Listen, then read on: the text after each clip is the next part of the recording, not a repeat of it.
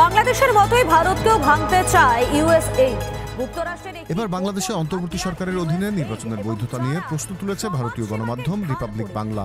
ভারতীয় এই ভুইফোড় গণমাধ্যমটি বরাবরই বাংলাদেশ ও অন্তর্বর্তী সরকারের বিরোধিতা করে আসছে। প্রচারিত সংবাদে তারা বলছে, বাংলাদেশের সব বিশৃঙ্খলার দায় অন্তর্বর্তী সরকারের কাঁধে চাপিয়ে অনেকটাই জোর করে নির্বাচন আদায় করছে বিএনপি, আর এই নির্বাচনে আওয়ামী লীগকে ষড়যন্ত্রমূলকভাবে অংশ নিতে দেয়া হবে না। বাংলাদেশের ছাত্র জনতা গণহত্যাকারী দল হিসেবে আওয়ামী লীগকে নির্বাচনের বাইরে রাখার দাবি তোলে। মূলত এই দাবির কারণেই আওয়ামী বন্ধু রিপাবলিক বাংলা নড়েচড়ে বসে। আওয়ামী লীগের পাচারকৃত অর্থে পরিচালিত এসব মিডিয়াগুলো যে কোনোভাবেই হোক বাংলাদেশে ফ্যাসিস্টদের রাজনীতিতে প্রতিষ্ঠিত করতে চায়। তাই নির্বাচনে আওয়ামী লীগ নিষিদ্ধ হতে পারে এমন শঙ্কা থেকেই এ ধরনের সংবাদ প্রকাশ করছে আওয়ামী পেইড এসব গণমাধ্যম।